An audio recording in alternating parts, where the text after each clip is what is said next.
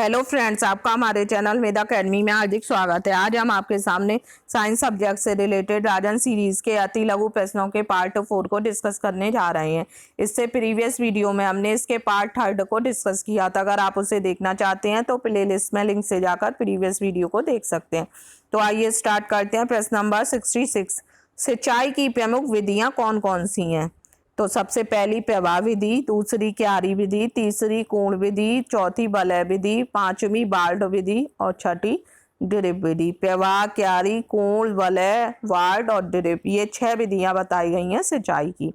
Next है प्रश्न number 67, कृषि के प्रमुख यंत्रों के नाम लिखो। हल, पटेरा, वखर, रैक, फावड़ा, ट्रैक्टर, हैलो, कल्टीवेटर, डिबलर। कौन कौन से होते हैं? हल, पटेला, वखर, रैक, फावड़ा, ट्रैक्टर, हैलो, कल्टीवेटर, डिबलर। ये सब जो यंत्र दे रखे हैं ये कृषि में प्रयोग होते हैं। नेक्स्ट देखते हैं क्वेश्चन नंबर 68, मृदा अपरदन क्या है?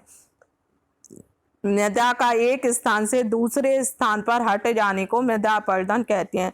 कहने का तात्पर्य, जब मिट्टी का एक स्थान से हटकर दूसरे स्थान पर चली जाती है तो उसे हम मृदा अपरदन के नाम से जानते हैं। अगला है 69, बीज बोने की प्रमुख तथा प्राचीन विधि कौन सी है? ये हाथ से छिटकवा विधि है। ये बहुत प्राचीन है, पहले इसी के द्वारा ही बीजों को बोया जाता था। नेक्स्ट है 70, कार्य किस प्रकार की राशि है? कार्य हमारी अदिश राशि है। नेक्स्ट है 71, माकासा पद्धति में कार्य का मात्रक क्या होता है? कार्य का मात्रक जो होता है वो क्या होता है? जूल होता है। नेक्स्ट है 72, बल किसे कहते हैं? किसी पदार्थ को करने में जिस ऊर्जा का उपयोग करते हैं उसे बल कहते हैं। मतलब कोई भी कार्य करते हैं तो उसमें करने में जो हमारी ऊर्जा लगती है उसे ही हम बल कहते हैं। नेक्स्ट है 73, परिवहन के साधन मुख्य रूप से किस पर निर्भर करते हैं? परिवहन के साधन पेट्रोलियम उत्पादकों पर निर्भर करते हैं, क्योंकि वह पेट्रोल से चलते हैं इसलिए उसी पर निर्भर करते हैं। नेक्स्ट है 74, विद्युत ऊर्जा का उपयोग कहाँ कहाँ होता है? पंखा, मशीन और फ्रिज, टीवी, कूलर आदि चलाने में होता है। विद्युत से मतलब लाइट का हम किस किस चीज़ में उपयोग करते हैं? तो पंखा में, मशीन में, फ्रिज में, टीवी में, कूलर में, बल्ब जलाने में, इन सब में हम विद्युत ऊर्जा का उपयोग करते हैं। नेक्स्ट है 75, बायोगैस से क्या आशय है? गोबर गैस प्लांट से उत्पन्न गैस बायोगैस कहलाती है। मतलब गोबर गैस जो प्लांट लगाया जाता है उसमें जो गैस उत्पन्न होती है उसे हम बायोगैस के नाम से जानते हैं। नेक्स्ट है 76, ऊर्जा के सीमित स्रोत जो सीमित मात्रा में है जिन्हें हम अनवीनीकरणीय स्रोत कहते हैं, कौन कौन से हैं? ऊर्जा के ऐसे स्रोत जिन्हें पुनः प्राप्त नहीं किया जा सकता, जो केवल हम एक ही बार इस्तेमाल कर सकते हैं, उन्हें हम ऊर्जा के सीमित स्रोत के नाम से जानते हैं। जैसे पत्थर का कोयला, पेट्रोलियम उत्पाद ऊर्जा के सीमित स्रोत हैं। कौन कौन से हैं? पत्थर का कोयला और पेट्रोलियम उत्पाद जो हैं वो सीमित स्रोत हैं, क्योंकि इन्हें हम बार बार इस्तेमाल नहीं कर सकते हैं। इन्हें हम अनवीनीकरणीय स्रोत के नाम से भी जानते हैं। नेक्स्ट है 77, आसवन विधि का उपयोग किस कार्यों में किया जाता है? पेट्रोलियम से मिट्टी का तेल बनाने में, पेट्रोल, डीजल आदि को निर्मित करने में आसवन विधि का प्रयोग करते हैं हम। नेक्स्ट है 78, जीवाश्म ईंधन किसे कहते हैं? कोयला, पेट्रोलियम को हम जीवाश्म ईंधन के नाम से जानते हैं। नेक्स्ट है 79, ऊर्जा के असीमित स्रोत कौन कौन से हैं? जो नवीनीकरणीय स्रोत भी होती हैं, जैसे वायु, जल, बायोगैस, सूर्य, पुनः प्राप्त होने वाले स्रोत हैं, इन्हें हम पुनः प्राप्त कर सकते हैं, ये कभी समाप्त नहीं होते हैं। नेक्स्ट है 80, ऊर्जा, रुधिर को ऊर्जा कहाँ से प्राप्त होती है? रुधिर को ऊर्जा भोजन से प्राप्त होती है। किससे प्राप्त होती है? भोजन से मिलती है रुधिर को ऊर्जा। नेक्स्ट है 81, जीवन के अस्तित्व को बनाए रखने हेतु कौन से साधन आवश्यक है? जीवन के अस्तित्व मतलब जीवन जीने के लिए रोटी, कपड़ा और मकान कहते हैं। तो भोजन, कपड़ा, मकान हमारी अनिवार्य आवश्यकताएं और यातायात, शिक्षा, मनोरंजन ये आवश्यकताएं के अंतर्गत आती हैं। जो हमारे जीवन जीने के लिए अनिवार्य आवश्यकताएं वो हमारा भोजन, कपड़ा, मकान है, और ये हमारी अन्य जरूरत आवश्यकताओं के अंतर्गत आती हैं यातायात, शिक्षा और मनोरंजन के साधन।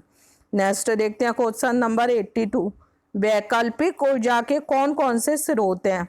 तो जो हमारी वैकल्पिक ऊर्जा उनमें सौर ऊर्जा, गतिमान ऊर्जा, जल, समुद्री ज्वार भाटा, जैव मात्रा और वैकल्पिक ऊर्जा के समान है। ये सब जो हमारे दे रखे हैं ये सब हमारी वैकल्पिक ऊर्जा है। जो सूरज से हमें ऊर्जा प्राप्त होती है वो सौर ऊर्जा कहलाती है। गतिमान वायु, जल, समुद्री ज्वार भाटा, समुद्र में जो ज्वार भाटा उठता है उससे भी ऊर्जा मिलती है। जैव मात्रा मन वायु मास से, ये सब हमारे वैकल्पिक ऊर्जा के स्रोत हैं। नेक्स्ट है 83, सोलर कुकर से क्या तात्पर्य है, इसका उपयोग कहाँ होता है, इसका कहाँ उपयोग होता है। तो सौर ऊर्जा को ऊष्मा के रूप में एकत्रित करके इसको सोलर कुकर द्वारा भोजन पकाने में प्रयोग होता है। जो सोलर कुकर होता है वो सूर्य से ऊष्मा लेके उसका प्रयोग भोजन पकाने में किया जाता है। मतलब सौर ऊर्जा को वो सौर ऊर्जा को रूपांतरित कर देता है जिससे हम अपना भोजन पका सकते हैं। सोलर कुकर में सौर ऊर्जा से ही भोजन पकता है, वो गैस पर इस्तेमाल नहीं किया जाता है। नेक्स्ट है 84, सौर सेल किसे कहते हैं या सोलर सेल किसे कहते हैं। सूर्य की प्रकाश ऊर्जा को विद्युत ऊर्जा में परिवर्तित होने की युक्ति को सौर सेल कहा जाता है। मतलब जो सूर्य का प्रकाश होता है उसे वह विद्युत ऊर्जा में परिवर्तित कर देता है, उसे ही हम सौर सेल कहते हैं। अधिक संख्या में विद्युत धारा प्राप्त करने के लिए अधिक संख्या में सोलर सेलों को भी जोड़ा जाता है, जिसे हम सोलर पैनल के नाम से जानते हैं। ग्रामीण क्षेत्रों में इनका बहुत उपयोग होता है जहाँ पर लाइट बहुत कम आती है, क्योंकि इनसे सूर्य के द्वारा हम लाइट को प्राप्त कर सकते हैं। नेक्स्ट 85, हैंडपंप किस उत्तोलक का उदाहरण है, ये प्रथम उत्तोलक का उदाहरण है। नेक्स्ट 86, प्रथम, द्वितीय एवं तृतीय उत्तोलक का एक एक उदाहरण दीजिए। प्रथम का हैंडपंप हो जाएगा, द्वितीय का पहिए वाली ट्रॉली हो जाएगा, तृतीय का चिमटी हो जाएगा।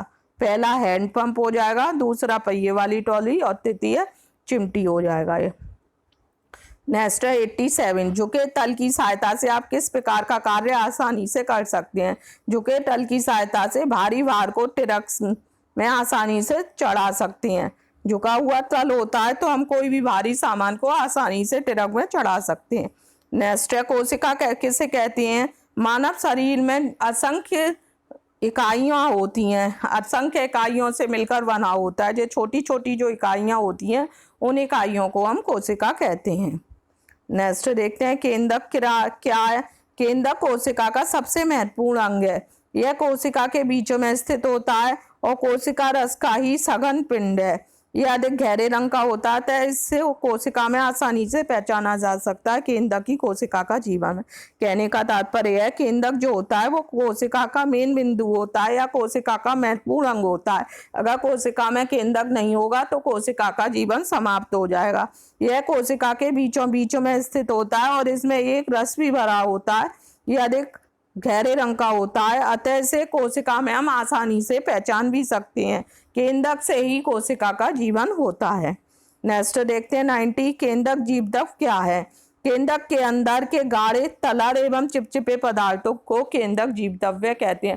कहने का तात्पर्य है केंद्रक में एक द्रव्य भरा रहता है जो गाढ़ा और चिपचिपा होता है, उसे हम जीवद्रव्य के नाम से जानते हैं।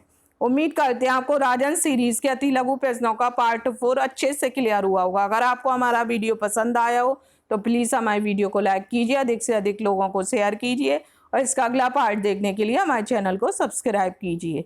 Thank you.